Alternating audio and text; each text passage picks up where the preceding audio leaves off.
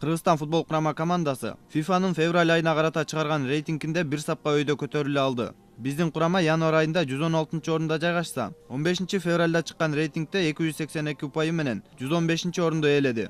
Бул рейтингдин лидерлери өзгөрүүгө учураган жок. Мурунку айдагыдай эле Германия командасы 1-орунду ээлесе, 2-орунда Бразилия курамасы жана алгачкы үчтүктү Португалия командасы жыйынтыктайт.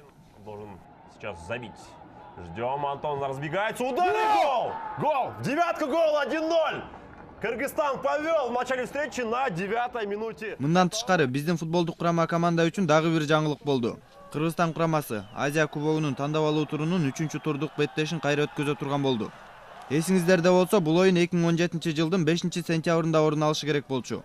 Ал убакта Мьянма өлкөсүндө болуп жаткан башаламандыктан улам премьер-министр Сапар Исаковдун буйругу чыгып, беттеш өткөн эмес.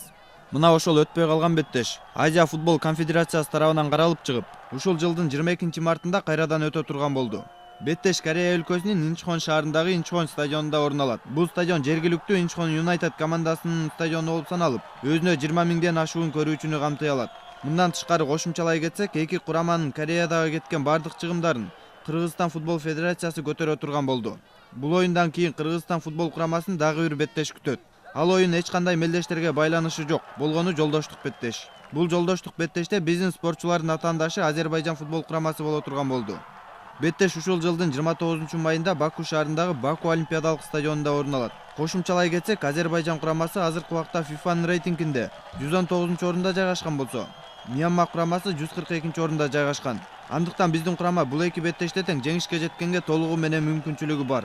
Анда футболчуларыбыздын алдыдагы оюндарына ийгилик кааламакчыбыз.